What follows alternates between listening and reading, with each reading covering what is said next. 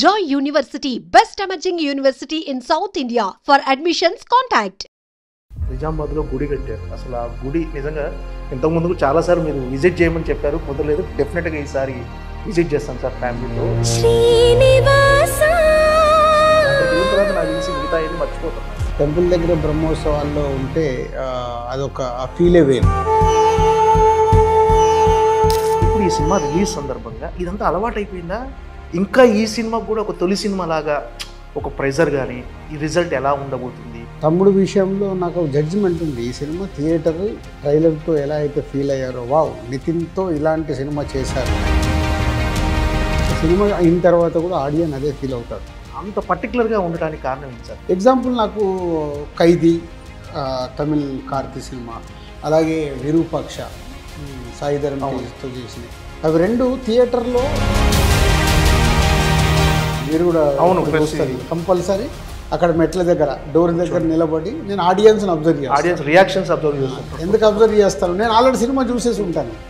Work అయిందనుకో బయటికి రాగానే సార్ సినిమా సూపర్ సూపర్ అంటే గద్దరవ్వ మమ్ము కాచువాడు, మీ మనసు దోచువాడు, మంగళాకారుడు, శ్రీ శ్రీనివాసుడు, ఇలా దిల్ రాజు గారు బ్యానర్ అనగానే ఒక పాజిటివ్ వైబ్రేషన్తో స్టార్ట్ అవుతుంది సార్ సినిమా.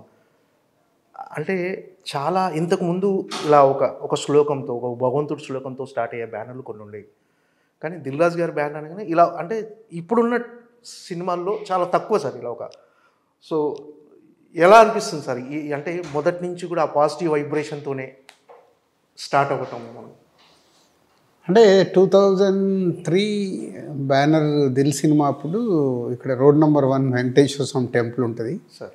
అక్కడ సో ఎలా బ్యానర్ ఏమేద్దామంటే వెంకటేశ్వర క్రియేషన్స్ అనుకోండి, వెంకటేశ్వర స్వామిది తీద్దామని సమీర్ గారిని తీసుకెళ్ళి కెమెరామెన్ని తీయించిన తర్వాత ఏమేస్తే బాగుంటుందండి, ఇది అన్నయ్య రాసిన సాంగ్, ఇది శ్రీ శ్రీనివాసం అని బ్రదరు 2000లో ఒక వెంకటేశ్వర స్వామి మీద ఒక ఆల్బమ్ చేశాడు, క్యాసెట్. అందులో ఒక దాంట్లో ఇది అక్కడ చెప్తున్నప్పుడు వస్తుంది అన్నట్టు. సో అది ఎస్పీపీ గారు అప్పుడు పాడారు. సో నేను అన్నయ్యని అడిగి ఇది మనకు బాగుంటుందేమో బ్యానర్కి చూడంటే, అరే మంచి ఐడియా అని అప్పుడు నన్ను తీసుకొచ్చి పెట్టాం. అట్లా అన్నీ కోఇన్సిడెంట్గా ఆ వెంకటేశ్వర స్వామి అన్నయ్య రాసిన సాంగ్లో నుంచి రావడం, ఆ బ్యానర్ పేరు, అలా అక్కడి నుంచి దిల్లు, ఆర్య, భద్ర, బొమ్మరిల్లు ఇలా ఒక్కొక్క సినిమా సక్సెస్ అవుతున్న కొద్దీ ఇప్పుడు ఏదైతే నువ్వు వాడావో మమ్ము కాచిన వాడని అది చాలా మందికి ఇది అది స్టార్ట్ కాగానే ఇది బ్రాండ్ అయిపోయింది. సో ఇది వస్తుందంటే సో అది ఇప్పటికి 22 years కంప్లీట్, 60 సినిమాల దగ్గరకు వచ్చాయి.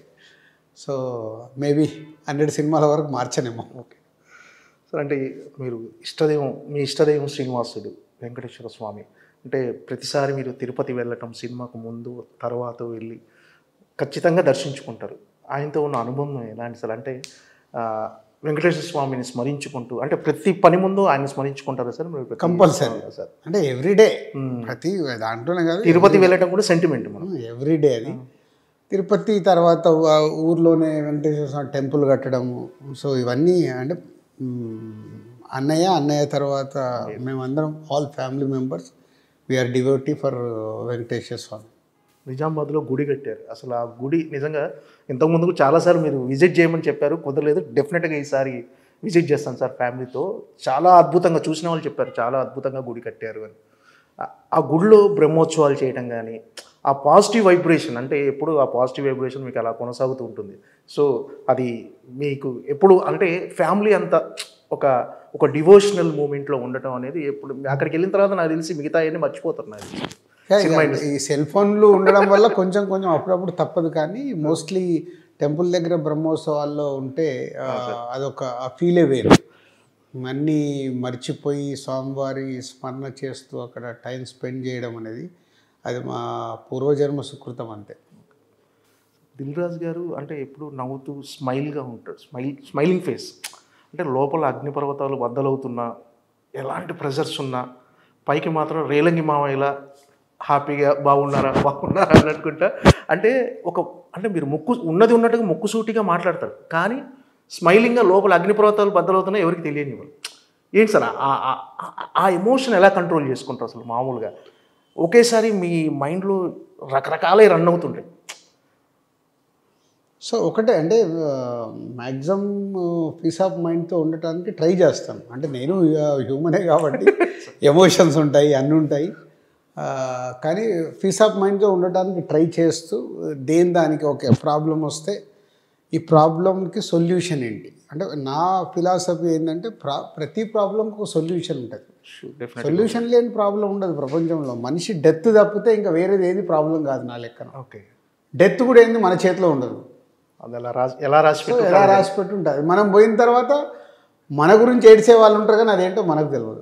సో దాని గురించే ఉన్నప్పుడు ఇంకా పెద్దదాన్ని దేన్ని అంత తీసుకోకూడదు అనేది నా ఫిలాసఫీ. అంటే చాలా మొక్కుసూటిగా మాట్లాడతారు సార్, లోపల ఏమి ఉంచేసుకోరు, ఆ ఎమోషన్ కూడా వెంటనే బయట పెట్టేస్తారు. దానివల్ల ఇబ్బందులు ఫేస్ చేసే సందర్భాలు ఏం లేవు సార్? అంటే ఎందుకు ఇలా నేను మార్చుకోవాలా అని ఎప్పుడైనా అనిపించింది? అంటే ఇప్పుడు ప్రతి ఒక్క మనిషిలో ఒక బిహేవియర్ ఉంటుంది, ఒక style of living life style ఉంటుంది. నాదేంటంటే నేను 90% స్ట్రేట్ ఫార్వర్డ్గా మాట్లాడడానికి ఇష్టపడతాను. సో 10%లో ఇక్కడ ఇప్పుడు మనం పర్సన్తో మాట్లాడుతున్నప్పుడు ఇబ్బంది ఉంది, ఈ ప్రాబ్లంకు నాకు సొల్యూషన్ కనిపిస్తలేదు అన్నప్పుడు సైలెంట్గా ఉంటాను. సైలెంట్గా ఉండి టైం కోసం వెయిట్ చేస్తాను. అప్పుడు చెప్పడం జరుగుతుంది. అంటే ఇప్పుడు నా చుట్టుపక్కల ఎవరైతే క్లోజ్గా ఉంటారో వీళ్ళందరితో నాది ఒకలాగా ఉంటుంది. సో నాది ఏది ఇలా ఇప్పుడు బయటకు చెప్పాల్సింది ఏదైతే ముక్కుసూటిగా ఉంటుందో వీళ్ళందరి దగ్గర అలా ఉండదు. ఎందుకు? వాళ్ళందరూ నాకు క్లోజ్, నా వల్ల ఇప్పుడు వాళ్ళు హర్ట్ అవుతారు. సో నేను సైలెంట్గా ఉండడం వల్ల కూడా వాళ్ళు హర్ట్ అవుతారు. అంటే మీరు సైలెంట్గా ఉన్న అర్థమైపోద్ది వాళ్ళకి, మీరు ఏమనుకుంటున్నారు అర్థమైపోద్ది. సో అట్లా అంటే సాధ్యమైనంత మట్టుకు స్ట్రేట్ ఫార్వర్డ్గా అనిపించింది చెప్పేస్తే అయిపోద్ది కదా. దానివల్ల ఎదుటోళ్ళు టెంపరీగా బాధపడవచ్చు, బట్ లాంగ్ రన్లో మేబీ అర్థమవుద్ది. ఇక అర్థం చేసుకోవాలి వాళ్ళతో ఏముంటుంది, మనకి ఇంకా రిలేషన్ ఉండదు. సో రిలేషన్ లేనప్పుడు మనం అర్థం చేసుకున్నప్పుడు ఇంకా రిలేషన్ అవసరం లేదనేది నా ఫార్ములా. ఓకే, అంటే దిల్ రాజు గారు పీక్స్ అంటే సక్సెస్లో పీక్స్ చూశారు, ఆ ఎమోషన్ వేరు, ఫెయిల్యూర్ కూడా చూశారు. అంటే ఇప్పుడు present me status of mind ఎలా ఉంది? అంటే ఇప్పుడు ఈ సినిమా రిలీజ్ ఉంది అంటే ఎన్నో సక్సెస్ చూశారు, ఫెయిల్యూర్ చూశారు, అన్ని రకాల మనుషుల్ని చూశారు. ఇప్పుడు ఈ సినిమా రిలీజ్ సందర్భంగా ఇదంతా అలవాటు అయిపోయిందా?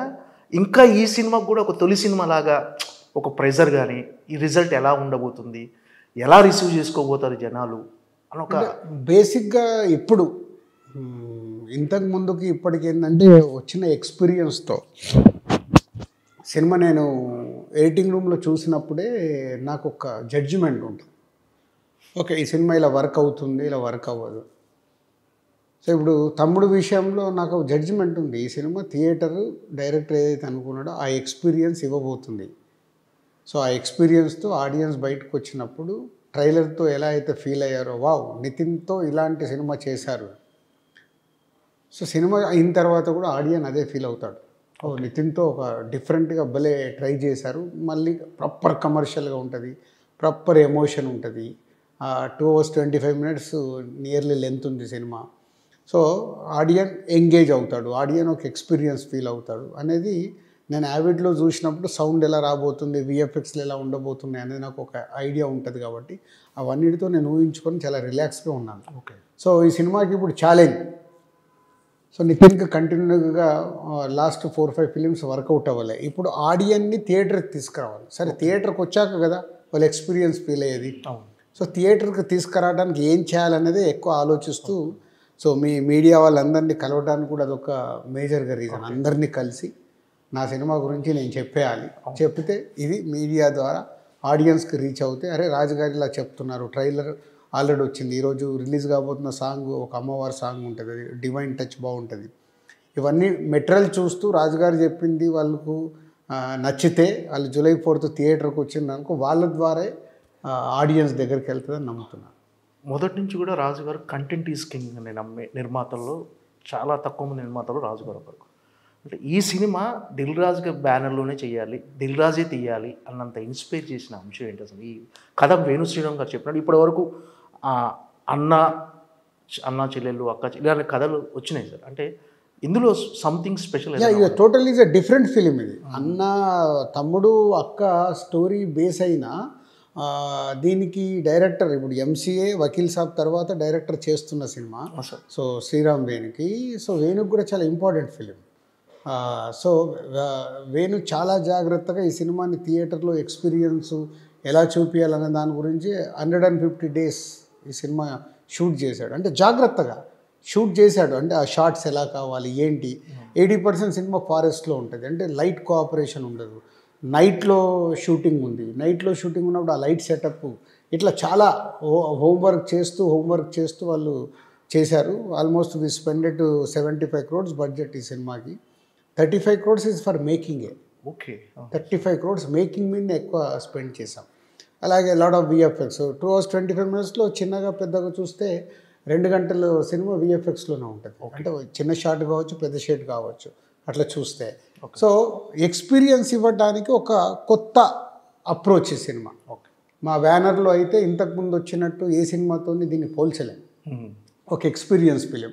పోతే ఇప్పటి వరకు రాని రిలేషన్ మా బ్యానర్లో వచ్చిన దాంట్లో నాన్న కొడుకు బొమ్మరిల్లు కావచ్చు, శతమానం భవతి 3 generations కావచ్చు, బలగం 3 generations మీద, అలాగే సీతమ్మ వాకిట్లో బ్రదర్స్ మీద, ఇట్లా అన్ని ఎమోషన్స్ టచ్ అయినాయి. వేణు తీసిన ఎంసీఏ మరిది వదిన మీద. సో ఫస్ట్ టైం ఒక తమ్ముడు అక్క స్టోరీ మా బ్యానర్లు ఇప్పటి వరకు రాలేదు. సో తమ్ముడు అక్క మీద ఒక డిఫరెంట్ అప్రోచ్గా ఉండే ఒక యాక్షన్ థ్రిల్లర్ ఫిలిం ఇది. అండ్ విత్ వాళ్ళ ఎమోషన్ ఉంటూ ఒక ఎక్స్పీరియన్స్ ఇచ్చే సినిమా. అంటే మామూలుగా ఇది ఈ సినిమా ఫ్యామిలీ ఆడియన్స్ డెఫినెట్గా టార్గెట్ చేసిన సినిమా ఇది. నాట్ ఓన్లీ ఫ్యామిలీ, ఈ సినిమా చిన్నపిల్లలకి, ఫ్యామిలీస్కి, మాస్కి, యూత్ కూడా లైక్ చేస్తారు. ఫ్యామిలీ, సో ఇది అందరికీ నచ్చే సినిమా. అంటే ఫ్యామిలీ ఆడియన్స్ అంటే దాంట్లో కాంబో పిల్లలు కూడా వచ్చేస్తారు సార్, కిడ్స్ కూడా అందరూ వచ్చేస్తారు. అంటే ఇలాంటి సినిమాకి, అంటే ఒక ఎమోషన్స్తో క్యారీ అయ్యే సినిమాకి టెక్నికల్గా కూడా అంత సౌండ్గా ఉండాలి, టెక్నికల్గా కూడా ఎక్స్పీరియన్స్ ఇవ్వాలి, థియేట్రికల్ ఎక్స్పీరియన్స్ ఇవ్వాలి అంటే అంత పర్టికులర్గా ఉండడానికి కారణం ఏంటి సార్ ఈ సినిమా విషయం? అదే అంటే ఇప్పుడు కోవిడ్ వచ్చిన తర్వాత నార్మల్ సినిమాలు థియేటర్లో ఆడియన్స్ ఎగ్జైట్ అవ్వట్లేదు. సో వేణు నాకు చెప్పినప్పుడు కూడా సార్ ఈ సినిమాని ఇలా తీద్దాం అనుకుంటున్నాను, ఇలా చేసినప్పుడే మనం ఆ ఎక్స్పీరియన్స్ ఇవ్వగలుగుతామని. అంటే ఎగ్జాంపుల్ నాకు ఖైదీ తమిళ్ కార్తీ సినిమా, అలాగే విరూపాక్ష సాయిధరం తేజ్తో చేసినాయి, అవి 2 థియేటర్లో వాళ్ళు తీసుకున్న థీమ్లో నుంచి ఒక ఎక్స్పీరియన్స్ ఇచ్చారు. సో ఎగ్జాంపుల్ అలా తమ్ముడు అలా ఒక ఎక్స్పీరియన్స్ త్రూఅవుట్ టెంపోలో ఉంటూ ఒక ఎక్స్పీరియన్స్ ఇస్తుంది. సో దీనికి కావాల్సిన టెక్నికల్ వాల్యూస్ అన్నీ చేస్తూ ఆ విఎఫ్ఎక్స్లు కానీ సౌండ్ కానీ అన్ని జాగ్రత్తలు తీసుకుంటాం. సార్ వేణు శ్రీరామ్ గారు శ్రీ వెంకటేశ్వర క్రియేషన్స్ నుంచే డైరెక్టర్గా పరిచయం అయ్యాడు. దాని తర్వాత 2వ సినిమా ఎంసీఏ మన బ్యానర్లో చేశాడు, 3వ సినిమా వకీల్ సాబ్ చేశాడు, ఇప్పుడు ఈ సినిమా. సార్ అంటే కంటిన్యూగా ఆ డైరెక్టర్ అంటే వేణు శ్రీరామ్ అనే డైరెక్టర్ బయట చేయకుండా ఓన్లీ వెంకటేశ్వర క్రియేషన్స్లో చేస్తున్నాడు. అంటే ఇచ్చిన కంఫర్ట్స్ అలాంటియా? అంటే బేసిక్గా డైరెక్టర్కి ప్రొడ్యూసర్కి ఒక వేవ్ లెంత్ ఉండాలి, అది నేను నమ్ముతాను. నాతో పనిచేస్తున్న డైరెక్టర్స్, నంబర్ ఆఫ్ మూవీస్ చేస్తున్న డైరెక్టర్ ఇప్పుడు అనిల్ రావిపూడి ఇన్ని సినిమాలు చేశాడు అంటే మాకు ఒక వేవ్ లెంత్. అలాగే వంశీ పైడిపల్లి ఆల్మోస్ట్ అన్ని ఫిలిమ్స్ ఇక్కడే చేశాడు, ఒక ఊపిరి తప్పితే ఒక వేవ్ లెంత్. అంటే అలాగే శ్రీరామ్ వేణు ఇది 4వ సినిమా. వేవ్ లెంత్ అంటే ఒక డైరెక్టర్కి ప్రొడ్యూసర్కి డైరెక్టర్ ఏం కోరుకుంటున్నాడు అనేది నాకు అర్థం అవ్వాలి. అరే రాజుగారు అయితే ఇక మేము అడిగింది చెప్పగానే ఓకే ఇది వర్క్ ఇది అవుతుంది కాదు అనేది మాట్లాడతాడు. అలాగే వాళ్ళ దాంట్లో కూడా నేను అలాగే చెప్తాను, స్క్రిప్ట్ విన్నప్పుడు లేదు నాకు ఇది ఎక్కడ నచ్చట్లేదు, ఒకసారి ఏదో రాంగ్ వెళ్తున్నట్టుంది చెక్ చేసుకోండి అంటే ఇప్పుడు నేను చెప్పిన డైరెక్టర్లు అందరూ చెక్ చేసుకుంటారు. ఓకే రాజుగారు అంటున్నారు ఏంటి ఒకసారి చూద్దామని. అలా ఎడిటింగ్ రూమ్లో నాకు ఎక్కడైనా అనిపిస్తే ఇక్కడ లెంత్ అనిపిస్తుంది, ఇక్కడి నుంచి ఇక్కడికి కనెక్ట్ అవ్వట్లేదు, ఇప్పుడు ఎమోషన్ కనెక్ట్ అవ్వట్లేదు, లేకుంటే ఇక్కడ కొంచెం ల్యాగ్ అనిపిస్తుంది, ఇవన్నీ నాకు అనిపించినాయని చెప్తే వాళ్ళు నోట్ చేసుకుంటే వాళ్ళు వర్క్. ఇవన్నీ వేవ్ లెంత్. ఓన్లీ సినిమా కథ చెప్పడము సినిమా తీయడమే కాదు, ఇవన్నీ కుదిరితేనే ఒక రైట్ అవుట్పుట్ వచ్చినప్పుడు దాన్ని అందరం కలిసి ఎంజాయ్ చేయగలుగుతాం. అంటే అనుకున్న బడ్జెట్లో కాకపోవటానికి రీజన్ అంటే ఏమిటి? అంటే నెంబర్ ఆఫ్ వర్కింగ్ డేస్ పెరగటమా? అంటే ఎందువల్ల? అంటే క్వాలిటీ విషయంలో ఎక్కడ కాంప్రమైజ్ కాకపోవడం. బేసిక్గా ఈ సినిమా క్వాలిటీలో కాంప్రమైజ్ లేదు. ఎందుకంటే ఈ సినిమా థియేటర్ ఎక్స్పీరియన్స్ ఇవ్వాలి కాబట్టి 360 degrees ఈ సినిమాకి సౌండ్ విజువల్స్ సాలిడ్గా ఉండాల్సిందే, అండ్ యాక్షన్లో సంథింగ్ డిఫరెంట్ ఉండాల్సిందే. అవన్నీ అచీవ్ చేశాడు డైరెక్టర్. దానికి తోడు డిలే అవుతూ వచ్చింది. డిలే అవ్వడం వల్ల కొంచెం బడ్జెట్ పెరగడం సర్వసాధారణం. ఎప్పుడో లాస్ట్ ఇయర్లో రిలీజ్ అనుకున్నాము. సో నితిన్ది ఇంకొక సినిమా రాబిన్హుడ్ రావడం, వాళ్ళు ముందు రిలీజ్ చేస్తామని అడగడము. సో వాళ్ళు చేసుకోవడం వల్ల మళ్ళీ మేము ఒక 3-4 months వెనకకు జరగాల్సి వచ్చింది. దాని తర్వాత వద్దామనుకుంటే ఓటీటీ వాళ్ళు ఇప్పుడు అగ్రిమెంట్ అయినప్పుడే వాళ్ళు ఒక డేట్ అడుగుతున్నారు. ఏ డేట్లో మీరు చేస్తారు, ఆ డేట్ మాకు లాక్ చేసి ఇవ్వండి, వాళ్ళ నెక్స్ట్ సినిమాలు వాళ్ళు ఆల్టర్నేట్ సెట్ చేసుకోవటానికి. ఇవన్నీ రీజన్స్ సినిమాలు డిలే అవ్వటానికి. ఓకే, అంటే ఓటీటీ వాళ్ళు ఇచ్చిన డేట్తోనే మనం కూడా వస్తున్నాం అంతే కంపల్సరీ. ఇప్పుడు అంటే అందరికీ అది తప్పదా సార్? అది అందరికీ తప్పదు. ఇప్పుడు మన రిలీజ్ డేట్కి వెళ్ళి వాళ్ళ స్ట్రీమింగ్ డేట్ అడుగుతారు. అంటే ఒక నెలలో వాళ్ళు 2-3 సినిమాలు చేయరు, మనం చేసుకోవచ్చు. ఎందుకు ఓటీటీ వాళ్ళకి ఎవ్రీ మంత్ వాళ్ళకి ఒక ఫిలిం కావాలి, దాన్ని బేస్ చేసుకొని చేస్తారు. ఓకే, అంటే సినిమా ఓటీటీ చేతుల్లోకి వెళ్ళిపోయింది అనే అంటే అలా అనుకోవచ్చా? అంటే వాళ్ళే రిలీజ్ డేట్లు ఫిక్స్ ఓటీటీ చేతులకు వెళ్ళిందని చెప్పలేమంటే. ఇప్పుడు సితారే జమీన్ పర్ ఉంది, అమీర్ ఖాన్ గారు నేను ఓటీటీకి ఇవ్వను, నేను థియేటర్కల్ రిలీజ్ చేస్తాను, రిలీజ్ చేశాడు కదా. అంటే మన మైండ్ సెట్ పోతే ఇప్పుడున్న పరిస్థితిలో థియేటర్కి ఫుట్ఫాల్ అనేది పెంచాల్సిన బాధ్యత మా అందరిపై ఉంది. దాని సైడ్ ఫోకస్ చేసినప్పుడు అన్నీ మారుతూ వస్తాయి, ఈక్వేషన్స్ అండ్ ఎకానమిక్స్ మారుతూ వస్తాయి. ఇప్పుడు ఎగ్జాంపుల్ ఒక 10 కోట్లకు కొంటున్న ఓటీటీ రైట్స్, అప్పుడు వాళ్ళు 5 కోట్లు ఇవ్వచ్చు. బట్ 5 కోట్లు ఇచ్చినా 5 కోట్లు నష్టపోయినా 5 కోట్లు మనం థియేటర్కల్ రెవెన్యూకి వెళ్ళి తెచ్చుకోవచ్చు.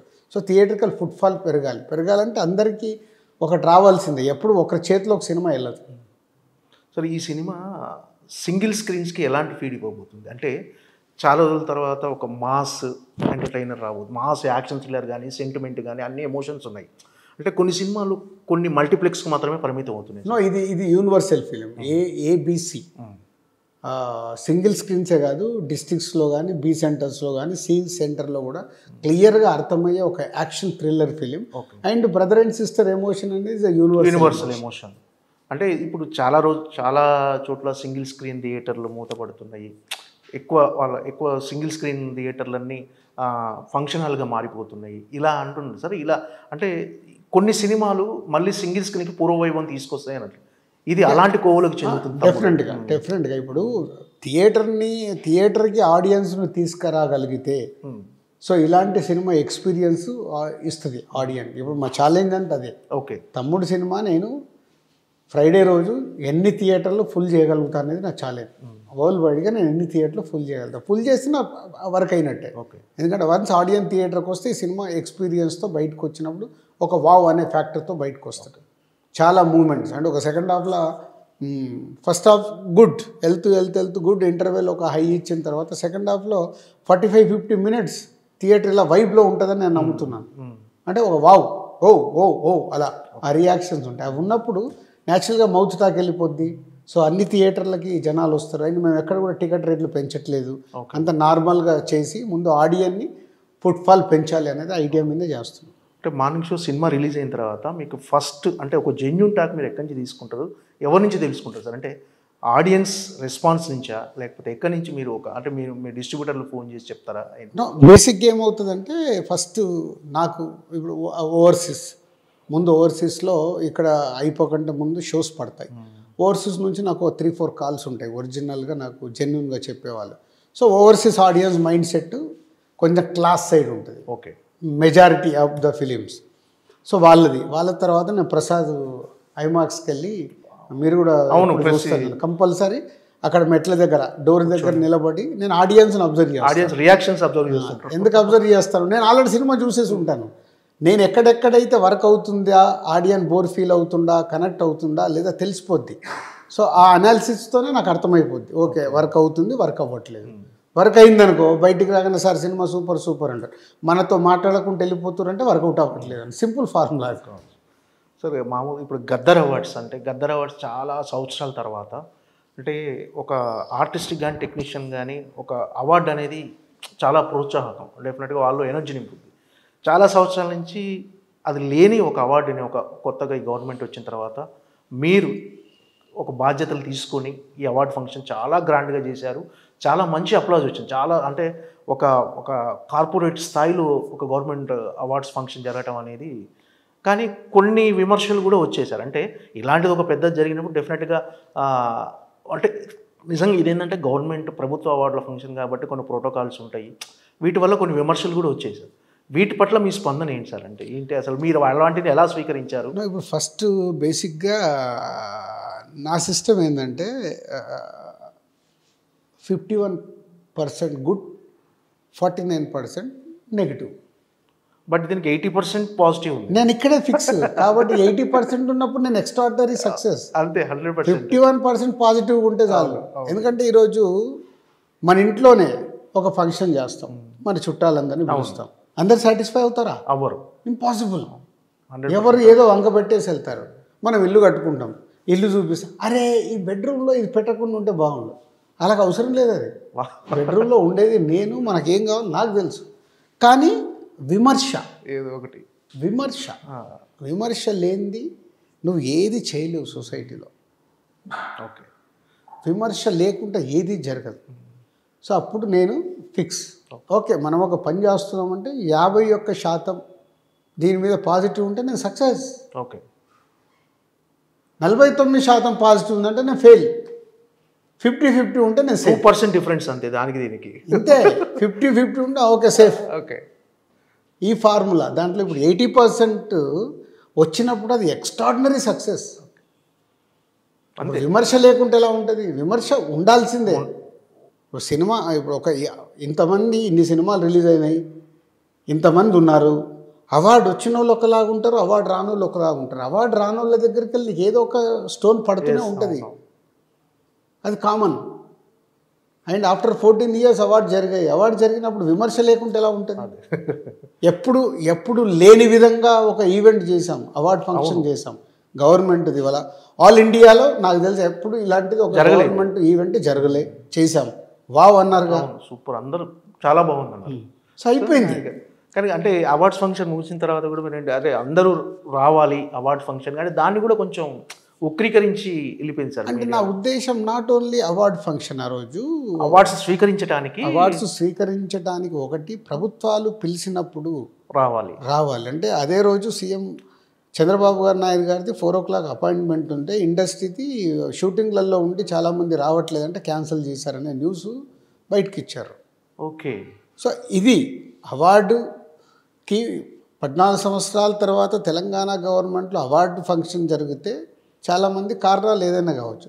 2024కు అందరు వచ్చారు. So 2024 is important.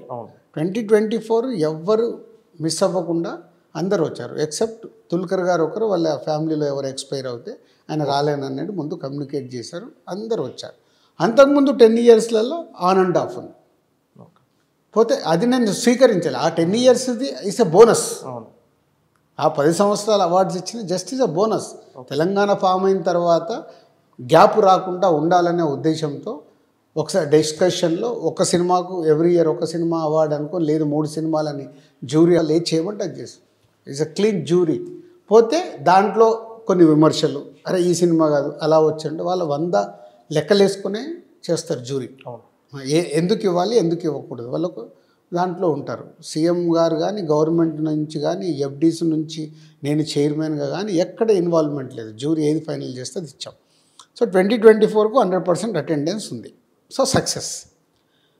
So AP visit కూడా చాలామంది షూటింగ్ ఉందని క్యాన్సిల్ చేస్తే నాకు అది ఎందుకో అంటే డిప్యూటీ సీఎం గారు 1 year అయింది ఇక్కడ గవర్నమెంట్ ఫామ్ అయ్యి, ఇండస్ట్రీ నుంచి చంద్రబాబు గారిని సీఎం గారిని ఎవరు కలవలేదు అని వాళ్ళ ఆఫీస్ నుంచి ఒక స్టేట్మెంట్ వచ్చినప్పుడు, సీఎం గారు అపాయింట్మెంట్ ఇచ్చి పిలిచినప్పుడు అన్ని పనులు మనం వదిలేసుకొని వెళ్ళాలి కంపల్సరీ. అలాగే రేపు అక్కడ అవార్డ్స్ ఉంటాయి అనుకుంటున్నాను, అక్కడ కూడా నంది అవార్డ్స్ పెడతారు. పెట్టినప్పుడు ఇప్పటి నుంచే నంది అవార్డ్స్ అనౌన్స్ అయితే ఈవెంట్ ఎప్పుడు అందరు షూటింగులు క్లోజ్ చేసుకొని వెళ్ళాలి. ఆ ఉద్దేశం నాది. దాన్ని వేరేలా ఇప్పుడు అదే నా పాయింట్ ఆఫ్ వ్యూ ఒకలాగా ఉంటే ఎవరు ఎలా అర్థం చేసుకుని అలా రాసేసి ఉంటారు. అదే నేను ఎప్పుడు ఐ డోంట్ కేర్ అంటాను. అంటే అవన్నీ పట్టించుకుంటూ వెళ్తే మనం ముందుకెళ్ళలేము. మనం ఏ పని చేసినా మన మీద ఒక స్టోన్ పడకుంటే అది వరకే కాదు, స్టోన్ పడాల్సిందే. దాంట్లో కొన్ని ఫ్లవర్స్ పడతాయి, కొన్ని స్టోన్స్ పడతాయి. ఫ్లవర్స్ తీసుకున్నప్పుడు స్టోన్స్ కూడా తీసుకోవాలి. దిల్ రాజు అనేది busiest producer in Tollywood sir. కానీ ఇంత బిజీగా ఉన్న మీరు ఎఫ్డీసీ చైర్మన్గా ఆ బాధ్యత తీసుకోమన్నప్పుడు అరే తలకు మించిన భారంలో ఆల్రెడీ మీరు ఎలా అంటే దాన్ని ఒప్పుకోవడానికి రీజన్ ఏంటి సార్? అంటే నిజంగా మీరున్న బిజీలో దానికి టైం కేటాయించడం అనేది డెఫినెట్గా ఒక ఛాలెంజింగ్. అంటే యాక్చువల్ సీఎం రేవంత్ రెడ్డి గారు నాకు అడిగిన తర్వాత నేను చాలా రోజులు చిన్న పాజ్లోనే ఉన్నాను. ఓకే. ఇవన్నీ ఆలోచించుకోవటానికి రైటా రాంగా, ఇది పొలిటికల్ యాంగిలా. సో సీఎం గారేమో లేదు, నాకు సినిమా ఇండస్ట్రీకి గవర్నమెంట్కి ఒక బ్రిడ్జ్ లాగా ఉండాలి నువ్వు, ఎందుకంటే తెలంగాణ నుంచి your the Telangana person and ఇండస్ట్రీలో నీకు one of the important role play చేస్తున్నావు. సో నువ్వు ఉంటే సో ఏ గ్యాప్స్ రాకుండా ఉంటాయి. అండ్ హైదరాబాద్ని ఫిలిం హబ్లాగా చేయాలి. ఈ రెండే నాకు సీఎం గారు చెప్పినాయి. సో ఫిలిం హబ్లాగా చేయాలంటే నీలాంటి వాళ్ళు ఉన్నప్పుడే ఇది జరుగుద్ది. లాస్ట్ తెలంగాణ వచ్చి 10 సంవత్సరాలు అయిపోయింది. అంతకుముందు ఒక 2-3 ఇయర్స్ నుంచి ఎఫ్డీసీ అనేది ఎలాంటి మూమెంట్స్ కార్యక్రమాలు జరగలేదు, టోటల్ డెడ్గా ఉంది. సో రిక్వైర్డ్ అంటే ఒక 2 months టైం తీసుకొని మళ్ళీ డిప్యూటీ సీఎం గారు ఒకరోజు పిలిచి ఏమైంది 2 నెలలు అవుతుంది సీఎం గారిని చెప్పి నువ్వు అలా ఉంటే, లేదు నువ్వు ఉండాల్సింది మా అది ఉద్దేశం ఇదని డిప్యూటీ సీఎం గారు, అలాగే మళ్ళీ కోమటిరెడ్డి వెంకటరెడ్డి గారు మళ్ళీ పిలిచి వాళ్ళు ఇద్దరు మాట్లాడితే అప్పుడు నేను ఓకే చెప్పడం జరిగింది. ఇక అక్కడి నుంచి నేను టైం డిజైన్ చేసుకుంటూ టీముని అక్కడ ప్రాపర్గా పెడుతూ నేను నా ఆఫీస్ నుంచి కూడా టీముని ఇన్వాల్వ్ చేసి వర్క్స్ ఏది ఆగకుండా ఇప్పుడు ఈవెంట్ ఫస్ట్ ఈ Telangana Gaddar film awards first focus చేసాం. తర్వాత చిల్డ్రన్స్ ఫిలిం మళ్ళీ హైదరాబాద్లో ఎలా చేయాలనేది వర్కౌట్ చేస్తున్నాం. అలాగే సీఎం గారు అండ్ గవర్నమెంట్ చూస్తున్న ఫిలిం హబ్ ఎలా క్రియేట్ చేయొచ్చు అనేది చూస్తాం. అంటే నాకు దిల్ రాజు అనే వ్యక్తి, నేను మీ దిల్ సినిమా దగ్గర నుంచి మీతో చూస్తున్నాను సార్, ట్రావెల్ అవుతున్నాను. నాకు ఇప్పుడు ఒక వింటేజ్ దిల్ రాజు గారిని కోరుకుంటే, అంటే ఆ టైంలో దిల్ రాజు గారు అంటే కొత్త కథలు వింటూ కొత్త టాలెంట్ని ప్రోత్సహిస్తూ అలా కోరుకుంటున్నాను సార్. మళ్ళీ వింటేజ్ దిల్ రాజు, కొత్త సినిమాలు, కొత్త కథలు. ఎస్, ఇప్పుడు నెక్స్ట్ సాటర్డే రోజు దిల్ రాజు డ్రీమ్స్ అనేది వెబ్సైట్ లాంచ్ చేస్తున్నాం, దాని గురించే sir.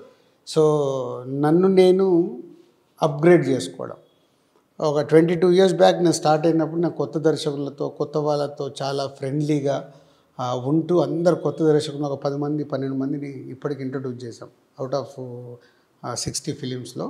So Dil Raju dreams total కొత్త వాళ్ళ కోసమే, సినిమా ఇండస్ట్రీలోకి రావాలనుకునే కొత్త వాళ్ళ కోసమే ప్లాట్ఫామ్ క్రియేట్ చేసి వర్క్ స్టార్ట్ అయింది. టోటల్ 1.5 year నుంచి వర్క్ చేస్తున్నాను, అయిపోయింది. ఈ 28th లాంచ్ అయిన తర్వాత డెఫినెట్గా ఇయర్లీ మినిమం 5-6 కొత్త దర్శకుల్ని ఇంట్రడ్యూస్ చేయడానికి అవకాశం ఉంది మాకు, అది వర్క్ చేస్తున్నాం. అలాగే not only directors, writers, technicians, హీరోలుగా, హీరోయిన్స్గా, యాక్టర్స్గా, ఈవెన్ ప్రొడ్యూసర్స్గా రావాలనుకునే వాళ్ళకు కూడా అది ప్లాట్ఫామ్ క్రియేట్ చేస్తుంది. సో డబ్బు ఉంటుంది, ప్రొడ్యూస్ చేయాలి, బట్ వాళ్ళకి రూట్ ఉండదు.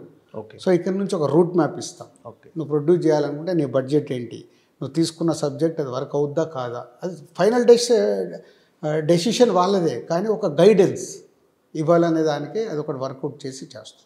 మీ 25 ఏళ్ల సినీ జర్నీలో సక్సెస్లు ఉన్నాయి, ఫెయిల్యూర్స్ ఉన్నాయి సార్. ఒకవేళ ఇప్పుడు అంటే కొన్ని మనకు తెలియకుండానే కొన్ని తప్పులు జరిగిపోతుంటాయి సార్. ఒకవేళ ఒక టైం మిషన్ లాంటిది వచ్చి దిల్ రాజు గారు అందులో ఉండి ఎక్కి మీరు వెనక్కి వెళ్ళే ఛాన్స్ వస్తే ఏ తప్పును కరెక్ట్ చేసుకొని మళ్ళీ వస్తారంట, అంటే ఇది జరగకుండా ఉంటే బాగుండు అని, అలాంటిది ఏమైనా ఉందా సార్? అంటే ఏం లేదు, తప్పులతోని తప్పు అని కాదు, బట్ అలా జరిగిపోయింది. లైఫ్లో మన లైఫ్ జర్నీలో ఎప్పుడు ఏది కొత్తది వచ్చినప్పుడు అలా పాతది మనకు అద్భుతంగా ఉంటుంది సార్. పాత అద్భుతాలే. అంటే ఇప్పుడు నాకు ఆర్యా తీసినప్పుడు కానీ, దిల్ తీసినప్పుడు కానీ, భద్రా తీసినప్పుడు కానీ, బొమ్మరిల్ తీసినప్పుడు, పరుగు, మున్న, కొత్త బంగారు లోకం, అవన్నీ అద్భుతమైన ఎక్స్పీరియన్స్లు. అవును, అద్భుతం ఆ రోజులు. అవన్నీ ఆ రోజులు నేను ఎంజాయ్ చేసి ఇప్పుడు చూస్తే ఇప్పుడు నేను ఆ ఎంజాయ్మెంట్ మిస్ అయిపోయాను. ఎందుకంటే లాట్ ఆఫ్ వర్క్స్ గుర్తు చేసుకుంటే మంచి కిక్ వస్తుంది. లాట్ ఆఫ్ వర్క్స్ ఇప్పుడు ఎలా చేయాలి, వర్క్స్ని నేను డివైడ్ చేసుకొని ఓకే వర్క్ చేస్తున్నాను, పని చేస్తున్నా యాజ్ ఇట్ ఈస్గా అన్ని పనులు అలాగే. అప్పుడు ఎడిటింగ్ రూమ్లో చాలాసేపు ఉండేవాళ్ళం, ఇప్పుడు రెడీ పెట్టండి చూపించేయండి చూసేసి మళ్ళీ వెళ్ళిపోయి నోటీస్ రాసుకొని మళ్ళీ వచ్చి నాకు ఇవి అనిపించినాయని రాసిస్తున్నాను. అప్పుడు అలా కాదు, ఎడిటింగ్ రూమ్లో కూర్చొని ఇమ్మీడియట్గా పిలిచి వాళ్ళతోనే టైం స్పెండ్ చేసి నాకు అనిపిస్తున్నాను అక్కడే ఉండి వాళ్ళు వర్క్ అయిపోయిన తర్వాత అప్పుడు మళ్ళీ ఒక్కసారి చూసి వెళ్ళేవా. ఇంత డిఫరెన్స్ ఉంది. ఓకే. అప్పుడు చేశాను, ఇప్పుడు చేస్తున్నాను. ఎక్కడైనా కాంప్రమైజ్ అవుతున్న ఫీల్ కలుగుతుందా సార్? అంటే డెఫినెట్గా ఒక వర్క్ పెరుగుతుంది, మీకు అంటే బడ్జెట్స్ పెరుగుతుంది. కాంప్రమైజ్లు ఈ మధ్య చాలా అయ్యాను. అవి నాకు సినిమా రిజల్ట్ల మీద పడింది. సో మళ్ళీ ఇప్పుడు ఫిక్స్ అయ్యాను. ఓకే, నో నో నో, నేను కాంప్రమైజ్ అవ్వకూడదు. నాకు అనిపించి నేను మళ్ళీ ముగ్గురు నలుగురితో ఎప్పుడైతే డిస్కషన్ చేసినప్పుడు వాళ్ళకు కూడా అనిపించిస్తుందో, సో ఐఎమ్ రైట్. సో ఇక్కడ కాంప్రమైజ్ అయ్యేది లేదు, మోమాటానికి సినిమా ఎక్కిచ్చేది లేదు. మోమాటాలకి చాలా రోజుల నుంచి ఉన్నాడు డైరెక్టరు, సరే బాగానే ఉంది కదా అని లేదు. ఇప్పుడు పరిస్థితులే బాగలేవు, so no compromise. Okay. So cinema ఎత్తుకుంటే ఫస్ట్లో ఎలా చేసామో ఇప్పుడు అలాగే చేద్దామని ఫిక్స్ అయ్యే వర్క్ చేస్తాం. అంటే ఈ బిజీ ప్రయాణంలో ఒక దగ్గర ఆగి, అరే ఎటు వెళ్తున్నాం ఒక్కసారి అనాలిసిస్ చేసుకుంటారు సార్ ఎప్పుడన్నా? చాలా చేస్తాం. అంటే మీలో మీరు అసలు ఎక్కడికి వెళ్తున్నాం, మనం ఎక్కడుంది మన జర్నీ ఏంటి అని అనాలిసిస్ చేస్తారు. చాలా. ఆ అనాలిసిస్ వల్ల మళ్ళీ ఈ మధ్యకాలంలో నేను 2003 నుంచి అట్లా 2003 నుంచి 2013 ఫస్ట్ 10 years గ్రాఫ్, 13 నుంచి కోవిడ్ వరకు ఒక గ్రాఫ్, కోవిడ్ దగ్గర నుంచి ఈ లాస్ట్ 4 years గ్రాఫ్ నేనే రాసుకున్నాను. ఓకే. అక్కడేం చేశాను, ఇక్కడేం చేశాను, కోవిడ్ వచ్చిన దగ్గర నుంచి లైఫ్ స్టైల్లో కానీ సిస్టంలో కానీ ఏమేమి మార్పులు వచ్చాయి, ఈ మార్పుల్ని నేను అడాప్ట్ చేసుకున్నానా, నా రిజల్ట్స్ ఎందుకు తేడా వచ్చాయి, ఇట్లా ప్రతి ఒక్కటి హోంవర్క్. ఇక్కడ నాకు తెలిసింది ఒకటి ఏంటంటే అదే కాంప్రమైజ్. ఓహో నేను కాంప్రమైజ్ అవుతున్నాను, నో నేను కాంప్రమైజ్ అవ్వకూడదు. ఓకే. దిల్ రాజు అంటే కథ ఖచ్చితంగా వింటాడు, కథ ఖచ్చితంగా వినే ప్రొడ్యూసర్ అంటే ఏదో క్యాషియర్ లాగా డబ్బులు పెట్టేసే రకం కాదు. అంటే అలాంటి దిల్ రాజు ఎక్కడన్నా, అంటే చాలామంది బయట అందరూ మీతో బాగుంటారు, 100% బాగుంటారు, కానీ వెయిటింగ్ ఎక్కడ దొరుకుతాడని, అలాంటిది మీకు ఏమైనా అనిపిస్తుంది సార్ ఎక్కడైనా మన గురించి అనవసరంగా? అంటే ఇక్కడిది ఇండస్ట్రీలో ఎలా ఉంటుందండి సార్, ఇక్కడి అక్కడ లేనిపోని చెప్పటం, ఒకరి మధ్య సంబంధాలు దెబ్బతీయడం అనేది ఇక్కడ కామన్. మీకు అనిపిస్తుంటుంది ఎప్పుడన్నా ఇలా జరుగుతుందేమో మన విషయంలో ఎక్కడన్నా? 100%, 90% జరుగుతుంది అలా. 90%. ఓకే. ఇక్కడ 100 మందితో కలిస్తే 90 మందితో అలాగే ఉంటుంది. ఎవరో 10 మంది మనం గ్రో అయిన ప్రాబ్లం ఏంటంటే వాళ్ళు కూడా వింటున్నారు, విని ఒక్కొక్కసారి నమ్మాల్సి వచ్చిన పరిస్థితి కూడా ఉంటుంది. అదే అలా. ఇప్పుడు ఏదో మన పాత శాస్త్రం ఉంది కదా, గ్లాసులో సగం నీళ్ళు ఉన్నాయి అని, అది పాత శాస్త్రం ఉంది, నీకు తెలుసో లేదో, సగం గ్లాసే నీళ్ళు ఉన్నాయి. ఓకే. రెండు అవే, ఒకటే భావం, మొత్తం భావం ఒకటే, చెప్పేదాన్నే బట్టే కదా వింటాం. అది నిజమా కాదా మనకు ఎట్లా తెలుస్తుంది? ఓకే. సో ఈ లైఫ్ జర్నీలో ఇవన్నీ కామన్. ఇంతమంది గురించి ఆలోచిస్తూ మనం బ్రతకలేము. నా మనస్సాక్షి నాకు అనిపించేది, నేను రైట్ చేస్తున్నానా రాంగ్ చేస్తున్నానా, రాంగ్ చేస్తే నేను కరెక్ట్ చేసుకోవాలి. అరే ఇది నేను తప్పు చేశాను. నాకు సందర్భాలు ఉన్నాయి, నాకు తెలుసో తెలియకో నాకు తప్పు జరిగినప్పుడు నేనే పర్సనల్గా వెళ్ళి సారీ చెప్పినవి కూడా ఉన్నాయి. ఓకే. అది నేను బయటకు చెప్పుకోవాల్సిన అవసరం లేదు. నా వల్ల తప్పరే, ఇది తప్పు, ఇది కరెక్ట్ కాదు. అలాగని ఇప్పుడు ఎదుటోళ్ళే మన మీద తప్పులు తోసినప్పుడు దానికి ఐ డోంట్ కేర్. దాని గురించి నేను రియాక్ట్ అవ్వాల్సిన అవసరం లేదు. చాలా ఉంటాయి అట్లా ఇండస్ట్రీలో. ఎందుకు, ఇక్కడ ఎవరిది వాళ్ళం ఇండివిజువల్. ఇప్పుడు నా సినిమాతో పాటు ఇంకొక సినిమా వచ్చిందనుకో, ఇంకొక సినిమా వాళ్ళు ఎంతసేపు ఏమో ఆలోచిస్తారు, అరే వీళ్ళు ఇట్లా చేస్తున్నారు, అట్లా చేస్తున్నారు, అది చేస్తున్నారు. అరే నా వ్యాపారం, నా గురించి నేను చూసుకుంటాను. ఇప్పుడు నిన్ను మొత్తం నేను ఏదన్నా డ్యామేజ్ చేస్తే ఓకే, నేను 51% బాగుండి నీకు 49% ఇస్తే తప్పులేదు కదా. ఎందుకంటే ఎవ్రీవన్ ఇక్కడ బిజినెస్, అల్టిమేట్గా మళ్ళీ బిజినెస్ ఈజ్ నంబర్స్. డబ్బు లేకుండా ఎవరు ఇక్కడ ఫ్రీగా చేయరు, ఎవరు ఫ్రీగా చేయరు. పోతే నేను 22 సంవత్సరాలు సంపాదించుకుంది ఎవరికైనా చెప్తే వింటాను. నా పైన ఉన్న రెస్పెక్ట్ కావచ్చు, గుడ్ విల్ కావచ్చు, రాజుగారి కోసం ఇది చేద్దాంలే అని కొంతమంది అన్న వింటారు. అది నేను సాధించాను, అది చాలు కదా. 100%. అంటే రాజుగారు అంటే ఒక రెస్పెక్ట్. అంటే మీరు తీసిన సినిమాలు అలాంటివి. ఎగ్జాంపుల్ అంటే ఒక బలగం అనే సినిమా, అంటే అన్ని సినిమాలు ఆర్య కానీ, బొమ్మరిల్లు, కొత్త బంగారు లోకం, శతమానం భవతి కానీ, ఏ సినిమాకి ఆ సినిమానే. కానీ బలగం అనే సినిమా అసలు ఎప్పుడో మర్చిపోయిన జనాలందరూ తెరలు కట్టుకొని చూడటము, మీకు అంటే చాలామంది ఆ టైంలో ఎన్నికల క్యాన్వర్సింగ్ కూడా ఉపయోగించుకున్నారు బలగం అనే సినిమాని. అంటే అది అది తలుచుకున్నప్పుడు ప్రౌడ్గా అనిపిస్తుంది సార్ అలాంటి యా డెఫినెట్గా. అంటే దానికంటే ముందు బలగం సినిమా కంటే ముందు హర్షిత్ ఒకరోజు సో ఇలా అంటే వాళ్ళందరూ కొంచెం సోషల్ మీడియాలో అక్కడిక్కడ ఉంటారు, నేను కొంచెం సోషల్ మీడియాకి దూరంగా ఉంటాను, ఎవరైనా పంపించింది చూడడం తప్పితే. హర్షిత్ ఎలా అయిందంటే 2023 బలగం మార్చిలో రిలీజ్ చేసాం. సో కొంచెం అక్కడ రకరకాలు అవి వస్తున్నాయి ఇవి వస్తున్నాయి, ఇది ఉంది అది ఉంది అని చెప్తే కూర్చోబెట్టుకొని ఒకటే చెప్పాను, హర్షిత్ ఇక్కడ గెలవాలంటే నువ్వు ఒక మంచి సినిమా ఇవ్వాలి. ఓకే, నువ్వు నెగిటివ్ ఏమొచ్చినా ఏది వచ్చినా నువ్వు పట్టించుకోవచ్చు. ఎందుకంటే మన చుట్టూ నెగిటివ్ లేకుంటే నీ విలువ తెలియదు. నీ విలువ ఎప్పుడు తెలుస్తుంది? ఆ నెగిటివ్లోకి వెళ్ళి కూడా నువ్వు సక్సెస్ ఇచ్చిన రోజు, ఆ సక్సెస్ నలుగురికి ఉపయోగపడిన రోజు ఒక్క నెగిటివ్ కనిపించదు. Harshit is realise after Balagam. Okay, Balagam అయిన తర్వాత వావ్ ఇంత తేడా ఉంటుందా చిచ్చా, రెస్పెక్ట్ ఆటోమేటిక్. ఎందుకు? ఆ సినిమా వాల్యూ అంతే. సో మనం ఏం ప్రయత్నం చేయాలి? నెగిటివ్ దానికి వాడు అట్లా అనుకుంటున్నాడంట, వీడు ఇట్లా అనుకుంటున్నాడంట, అదంటే ఇదంటే అని మనం బుర్రపాటు చేసుకునే బదులు ఫోకస్ ఆన్ మనం ఏమి ఇస్తున్నాం, ఏమి ఇవ్వాలి. దీనివల్ల డబ్బే కాదు, ఇప్పుడు సంక్రాంతికి వస్తున్నాం సినిమా బ్లాక్ బాస్టర్, డబ్బు కావాల్సినంత వచ్చింది. ఓకే, సో ఒక పక్కన ఒక ఫ్లాప్ సినిమా, ఆ ఫ్లాప్ సినిమాని మర్చిపోయేలాగా చేసింది అంటే నిజంగా మాకు అదొక చేంజ్ ఓవర్ లైఫ్లో. ఇప్పుడు మా 22 ఏళ్ళ ఎక్స్పీరియన్స్లో ప్రొడ్యూసర్గా ఒక చేంజ్ ఓవర్. కానీ బలగం లాంటి సినిమా ఇచ్చినప్పుడు సంక్రాంతికి వస్తున్నాం ఒక క్లాసిక్ ఇండస్ట్రీ రికార్డు అన్ని క్రియేట్ చేసింది. బలగం అనే సినిమా ఒక ఎమోషనల్గా క్రియేట్ చేసింది.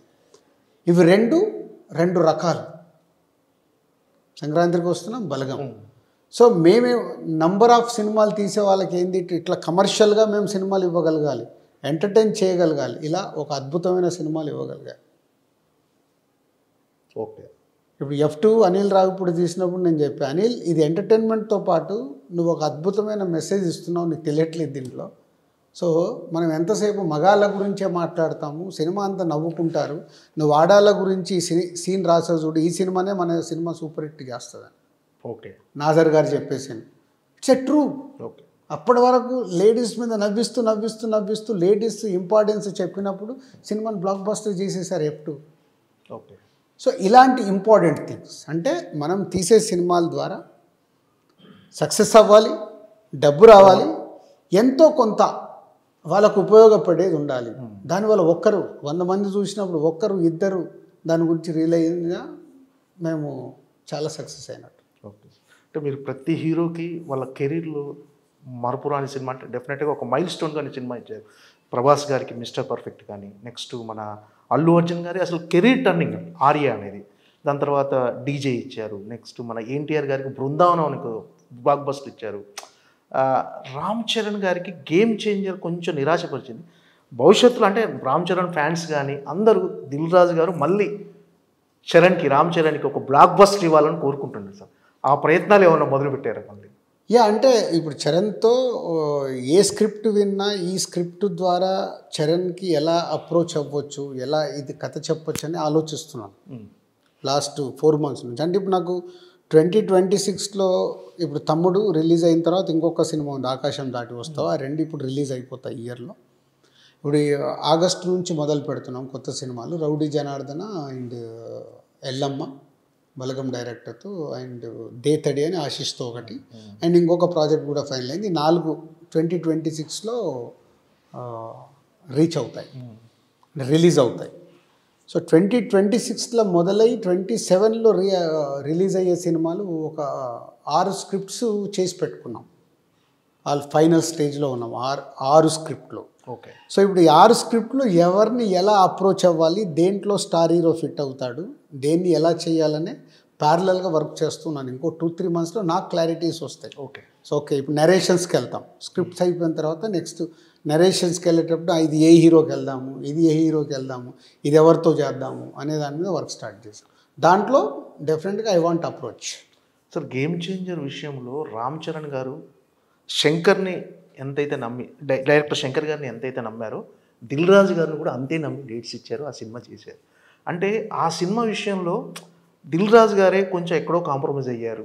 దిల్ రాజు గారు అంటే ఆ శంకర్ గారితో జరిగిన ఇక్కడ అంటే ఆ ట్రావెలింగ్లో అంటే మీరే కొంచెం మీ వైపు నుంచి కొంచెం ఏమైనా జరిగిందా అని మీరు ఫీల్ అవుతున్నారా సార్ ఇప్పటికే? అంటే ఏం జరిగిందని అంటే ఆ కమ్యూనికేషన్ చేయడంలో కానీ అంటే దిల్ రాజు గారికి సినిమా ఇచ్చారంటే రామ్ చరణ్ గారు మిమ్మల్ని నమ్మి ఇచ్చారు. శంకర్ గారిని ఎంత నమ్మారో మిమ్మల్ని అంతే నమ్మారు. అంటే మీ విషయంలో అంటే మీరేమన్నా గిల్ట్ ఫీల్ అవుతున్నారు? నాకు ఒక రిగ్రెట్ అయితే ఉంది. రిగ్రెట్ ఏంటంటే అది ఇప్పుడు శంకర్ గారు లాంటి ఒక పెద్ద డైరెక్టర్తో నేను ఇప్పటి వరకు సినిమాలు చేయలేదు. నాకు 1-to-1 మాట్లాడుకునే డైరెక్టర్లతో నేను సినిమాలు చేశాను.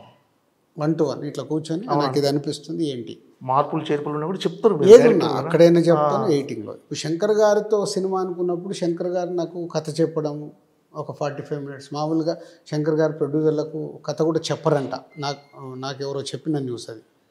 సో కథ చెప్పడము, కథ విన్న తర్వాత చరణ్కి నేను చెప్పి అప్పుడు ఏంది కోవిడ్లో జూమ్లో వీడియో కాల్లో శంకర్ గారు చరణ్కి కథ చెప్పడం, అందరం ఓకే అనుకున్న తర్వాత ప్రాజెక్టు ఎలా వెళ్దాము ఏంటి అని. యాక్చువల్ సినిమా స్టార్ట్ చేసి ఫట్మని 2023 సంక్రాంతికి రిలీజ్ కావాల్సిన సినిమా ఓకే అనుకుంది. సంక్రాంతి ఆర్ సమ్మర్ అప్పుడు మేము పెట్టుకుంది 1 year to 1.5 yearలో చేయాలి. ఎగ్జాక్ట్లీ ఎలక్షన్స్ కంటే ముందు. ఓకే తెలుగు స్టేట్స్లో కానీ సెంట్రల్ ఎంపీ ఎలక్షన్స్ కంటే ముందు ఈ సినిమా రిలీజ్ అవుతే ఆ పొలిటికల్ యాంగిల్ ఈ పాయింట్స్ అన్నీ ఆడియన్స్కు రీచ్ అవుతాయి అనే దాంట్లో ఎగ్జైట్మెంట్ నాకు. సో ఈ షూటింగ్ స్టార్ట్ అవ్వడం అన్నీ ఇంకా ప్రాసెస్ మొదలైన తర్వాత అన్నీ ఒకటి డిస్టర్బెన్స్లు స్టార్ట్ అవుతున్నాయి. ఒకటి కాదు, అవన్నిటినీ బ్యాలెన్స్ చేసుకుంటూ వెళ్తూ సినిమా కంప్లీట్ చేశాను. రిజల్ట్ రాలేదనే రిగ్రెట్ నాకు ఎక్కువ ఉండిపోయింది. అంటే ఇలాంటి ఒక బ్యానర్కి 50th ఫిలిం డెఫినెట్గా ఒక బ్లాక్ బస్టర్ ఇవ్వబోతారు చరణ్ గారితో రావాలి అంటే ఇలా మిస్ఫైర్ అవ్వబోతుంది అని ముందు నుంచే చిన్న 6th సెన్స్. ఎక్కడో ఏదో ఎలక్షన్స్ అయిపోయాయి, ఎలక్షన్స్ అయిపోయిన తర్వాత ఇప్పుడు ఆడియన్ మైండ్ సెట్ పొలిటికల్ది ఎంత మట్టుకు రీచ్ అవుతుంది, ఈ పాయింట్ ఇప్పుడు రెడీగా ఉన్నారా, కోవిడ్ తర్వాత డిఫరెంట్ సినిమాలు చూసేస్తున్నారు, ఇన్నున్నాయి. ఇవన్నిట్లో అర్థమవుతూ ఉంది ఒక 6th సెన్స్, ఒక డిస్టర్బ్. దానికి బడ్జెట్ ఎక్కడికో వెళ్ళిపోయింది, రెవెన్యూ రికవరీ అంత కనిపించట్లేదు, థియేట్రికల్ రెవెన్యూలో తేడా ఉంది. ఇన్నిట్లలో ఓకే అందరినీ జాగ్రత్తగా తీసుకెళ్ళి సినిమా కంప్లీట్ చేసి రిలీజ్ చేయగలరు. ఓకే ఫైనల్గా అంటే చాలామంది యువ నిర్మాతలు కానీ చాలామంది ఇండస్ట్రీ వచ్చే ముందు ప్రొడ్యూసర్గా దిల్ రాజు గారు ఇన్స్పిరేషన్ అని చెప్తారు సార్. ఫైనల్గా చెప్పండి సార్, అంటే ఇప్పుడు ఇండస్ట్రీకి రావటం వాళ్ళు సేఫ్ అంటారా కొత్తగా వచ్చే నిర్మాతలు? ఎవరన్నా ఇండస్ట్రీకి వస్తుంటే ఇప్పుడు మార్కెట్ ఉన్న సిచ్యువేషన్ అయితే వెరీ బ్యాడ్. మీ ఇంటర్వ్యూకి రాకుండా ముందు ఒకతను ఎవరో ఓపెనింగ్ కోసం పిలిస్తే అదే చెప్తున్నాను, ఎవరెవరు అని అంటే కూడా అదే చెప్తున్నాను. ఇప్పుడు సిచ్యువేషన్ కరెక్ట్ లేదు. ఇప్పుడు మీరు కొత్త వాళ్ళతో వీళ్ళతో సినిమా అంటున్నారేంటి, మీరు ముందు డైరెక్టర్ నువ్వురా నేను మాట్లాడతాను అంటే మనం చెప్తే వాళ్ళు వింటారని కాదు, వాట్ ఈజ్ రియాలిటీ. సిచ్యువేషన్ ఎలా ఉంది బయటికి వెళ్ళి చూసినప్పుడు లోపలికి వచ్చేటప్పుడు అన్నీ అద్భుతంగానే ఉంటాయి. సో లోపలికి వచ్చిన తర్వాత తెలుస్తుంది. అసలు తెలిసిన తర్వాత సగం మధ్యలోకి వెళ్ళిపోయిన తర్వాత ఏం చేయలేరు, ఏదో రకంగా కంప్లీట్ చేయాలి. ఈ లోపల టైం వేస్ట్, మనీ రిటర్న్ రాదు. పోనీ ఆ ప్రాజెక్టు జరగడం వల్ల ఎవరికైనా ఉపయోగం అంటే ఎవరికి ఉపయోగము ఉండదు. ఎవరో ఒకరు బెనిఫిషియర్ కావాలిగా, ఎవరు బెనిఫిషియర్ కారు. ఇన్ని కారణాలు ఉంటాయి ఒక సినిమా చుట్టూ. ఓకే సో ఇప్పుడున్న సినారియో చాలా జాగ్రత్తగా, అందుకే దిల్ రాజు డ్రీమ్స్. ఓకే దాని ద్వారా అందరికీ సాధ్యమైనంత మట్టుకు హెల్ప్ చేస్తూ బిజినెస్ మోడల్లో చేద్దామనేది ప్రయత్నం. Thank you so much sir. మీరు ఇంత బిజీలో కూడా ఒక ఇంటర్వ్యూకు టైం అడగగానే ఇచ్చి మాకు ఇంటర్వ్యూ చేసే ఛాన్స్ ఇచ్చినందుకు thank you so much sir. All the best for Thammudu. డెఫినెట్గా బ్లాక్ బస్టర్ హిట్ అందుకోవాలని మనస్ఫూర్తిగా కోరుకుంటున్నాను sir. So evergreen Dil Raju fan నేను. డెఫినెట్గా మీరు బ్లాక్ బస్టర్ అందుకోవాలి sir. Thank you Madhav sir.